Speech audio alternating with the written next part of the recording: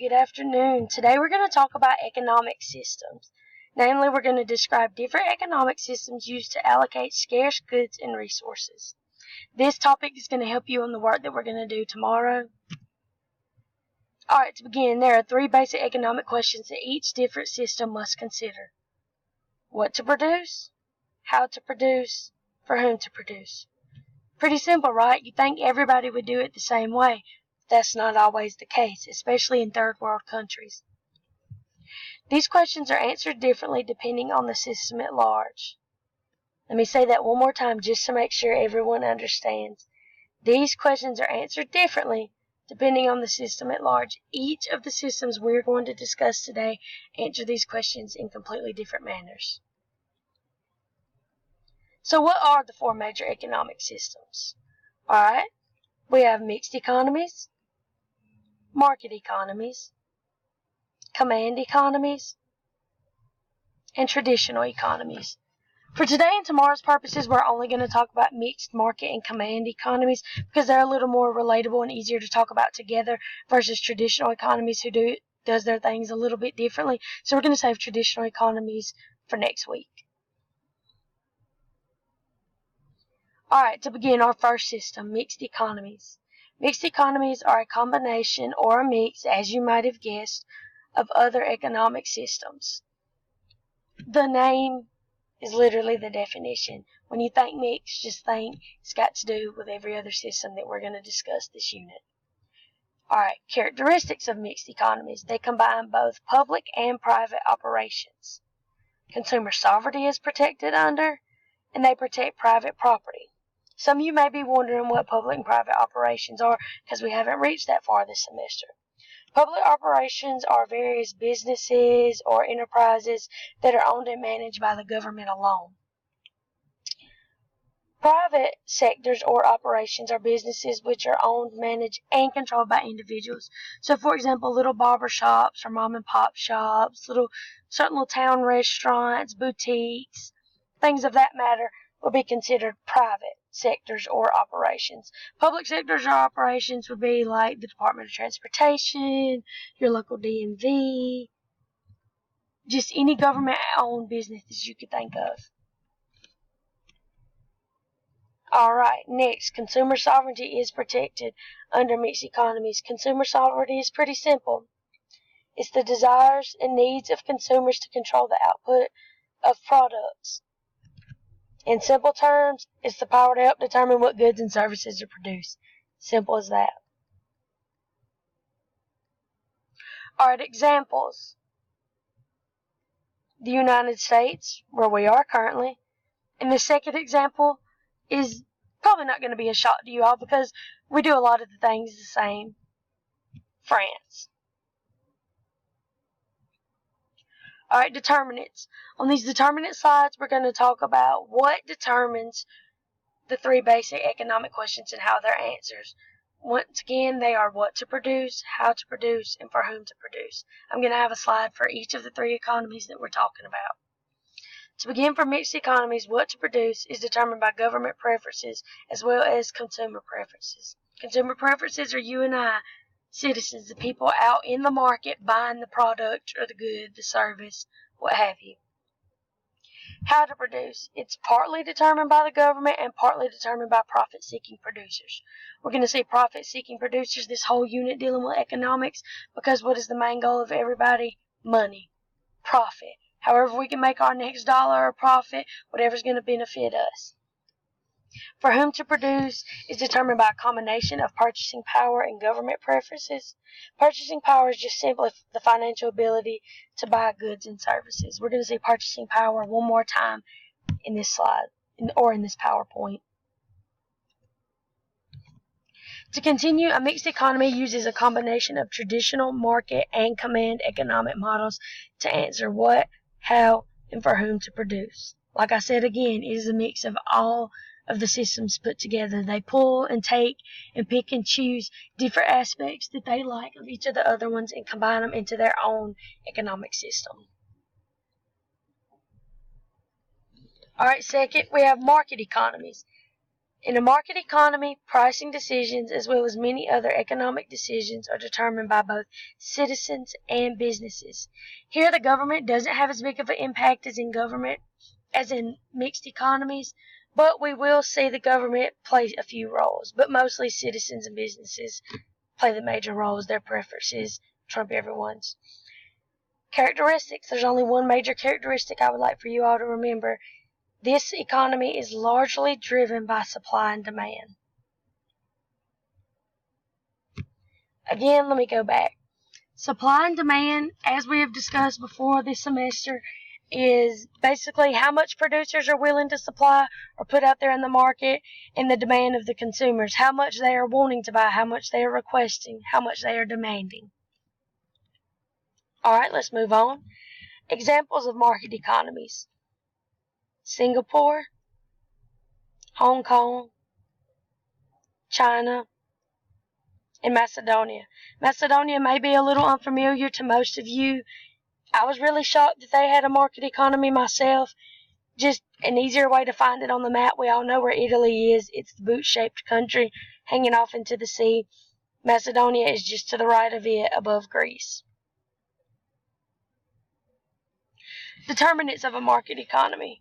Consumer preferences alone determine what to produce. Again, like I said earlier, profit-seeking producers, we're going to see it again. How to produce is determined by profit-seeking producers. And lastly, for whom to produce. That's purchasing power again. Like I mentioned earlier, that's just the financial ability to buy goods and services. Alright, our third and final economic system for today that we're going to discuss, a command economy. Command economies are totally different from the first two. The first two, there are more similarities with one another, but when compared to command economies, there are none really, besides the mixed economy having government control, but we'll get to that. Alright, in a command economy, all means of economic matter are controlled by one central power, ruler, or government. Characteristics, as you might have guessed, government control. Everything from production, investment, prices, income, exports, imports, you name it, is controlled. These types of economies usually run in governments such as fascist governments or communist governments. Those who namely have dictators as their rulers. Alright, examples. As you might have guessed, because we've talked about this before in our government section last semester, North Korea. Kim Jong-un, their dictator, he makes all of their decisions when it comes to production, pricing, what for, how, you name it. This next one, Cuba. And we have one more. The former Soviet Union, also known as the USSR, or what we know today as Russia. Determinants for this come at no surprise. Government, government, government, government, government control.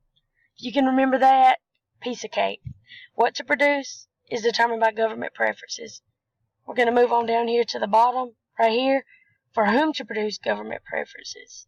Same thing as what to produce. The reason I skipped it is because I want to talk about this one a little more. How to produce. The government and their employees. Yes, the government does have employees, and yes, they do advise their central power or leader, but ultimately, I will say the top head honcho of the government is probably going to control that as well, because yes, they do have adversaries, but at the end of the day, the decision is theirs. Scarce resources. Saying that a good or service is scarce in a region is the same as saying it is limited. Remember, this is the second part of our standard. How are these goods and services allocated? Scarce resources can be anything from things that we often take for granted majority of the time. Water, food, power, anything. Air conditioning, coal, oil, you name it. We take these things for granted on a daily basis, and some places are fighting to share just a gallon of water. Who decides how to allocate scarce commodities or services in each of the three economies we've discussed thus far? Well, in the mixed economy, the government does. Granted, there are more consumer preferences, and consumers and citizens do have a say-so, but largely the government. However, as you notice at the bottom, it does say that command economies have the government control how scarce resources are allocated. But in this situation, it's a little different than a mixed economy because nobody has a say-so other than the government. And then lastly, the market economy in the middle is a different market forces. Market forces are anything from the government, producers, consumers, businesses, supply, demand, just a whole bunch goes into it, and the resources are allocated according to those in charge to the best of their ability. They give it to where they think it'll be of the best use. What to expect tomorrow? That's going to conclude our section on economic systems. So when you come into class tomorrow, there'll be a bell ringer on the board dealing with today's topic of economic systems. Review this PowerPoint, take good notes, bring your notes. I'll let you use it on the bell ringer. It's going to be pretty simple, 1 to 2 questions. We'll go over it together as a class. Then we're going to move on to our authentic assignment, which I'm going to outline on the following slide. Come to class with your proposed country or region in mind. You'll learn about that on the next slide. Don't freak out. And then also, an example will be provided before you start tomorrow, so I'm not just going to leave you high and dry. Again, come to class with your proposed country and region in mind. Things will run a lot more smoothly and we can get it started. I'll be able to help you a lot more if everybody comes to class prepared. Alright, here's our prompt. Congrats! You have been granted a very important position and have a few decisions to make. You are now an advisor to the leader of a country that is suffering from a scarce amount of resources. It is up to you to allocate what is remaining.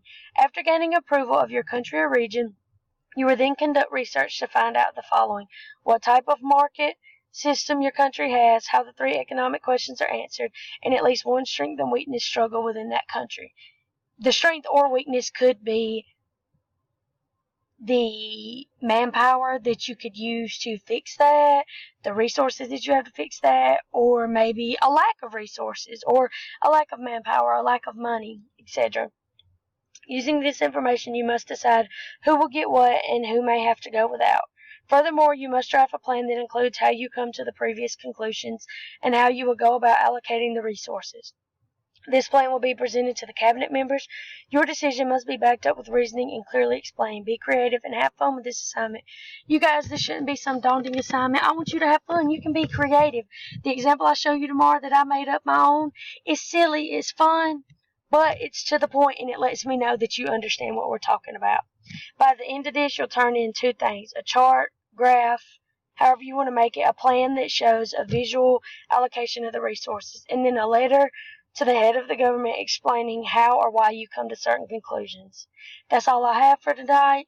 I'll see you tomorrow. If you have any questions, please feel free to come to class with them tomorrow or email me tonight. Y'all have a great night.